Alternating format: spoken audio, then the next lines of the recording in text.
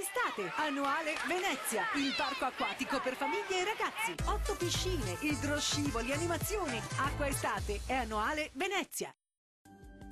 L'anticiclone Caronte cede un po' su tutto il nostro paese, sulle nostre regioni in particolare il tempo sarà un po' instabile. Vediamo le aree più colpite.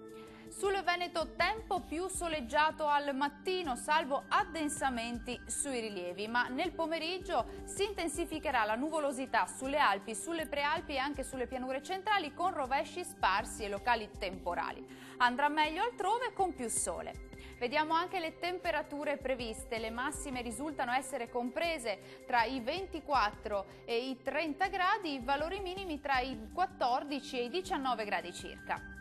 Andiamo ora a vedere che tempo farà sul Friuli Venezia Giulia.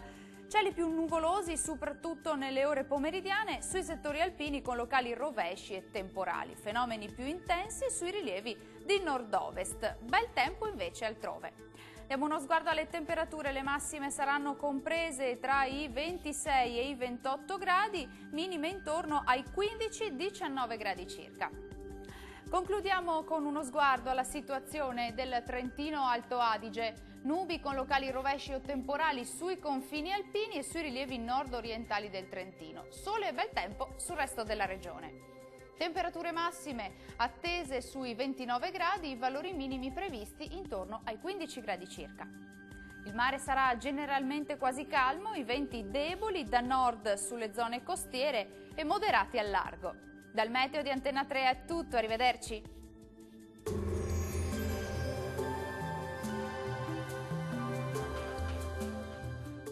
Acqua Estate, annuale Venezia, il parco acquatico per famiglie e ragazzi. 8 piscine, idroscivoli, animazioni. Acqua Estate è annuale Venezia.